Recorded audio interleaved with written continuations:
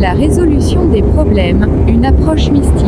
Nous avons précédemment enseigné aux initiés de l'ordre mystique de l'Aigle les 3 dimensions du sous-monde et leurs modes de vie respectifs.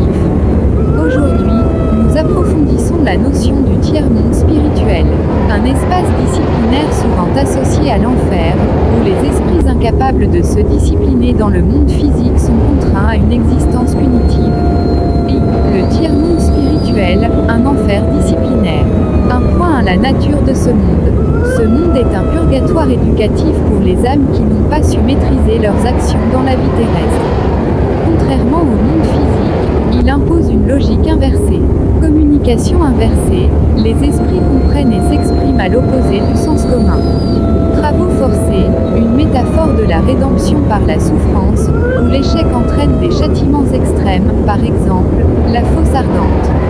Analyse, cette vision rappelle les traditions gnostiques et karmiques, où l'âme doit expier ses échecs pour évoluer. La rigueur du système reflète une loi spirituelle implacable, similaire au Dharma Chakra bouddhiste ou au jugement chrétien. 2. Les conséquences dans le monde physique. 2. Le lien entre les deux mondes. Un individu non initié reproduit dans sa vie charnelle les dysfonctionnements du tiers-monde spirituel. Manifestation, oubli fréquent, malchance chronique, incompréhension sociale, instabilité émotionnelle.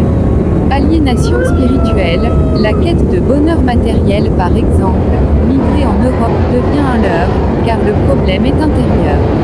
Exemple, l'Africain croyant trouver le salut en Europe découvre une souffrance amplifiée. Ce n'est pas un sortilège familial, mais une projection de son chaos spirituel non résolu. 2. De la limitation par l'ignorance. Celui qui se confine à la dimension matérielle reste prisonnier. Illusion de réussite, richesse ou voyage ne comble pas le sentiment d'indignité. Travail forcé symbolique, une vie vécue comme une corvée, sans maîtrise de son destin.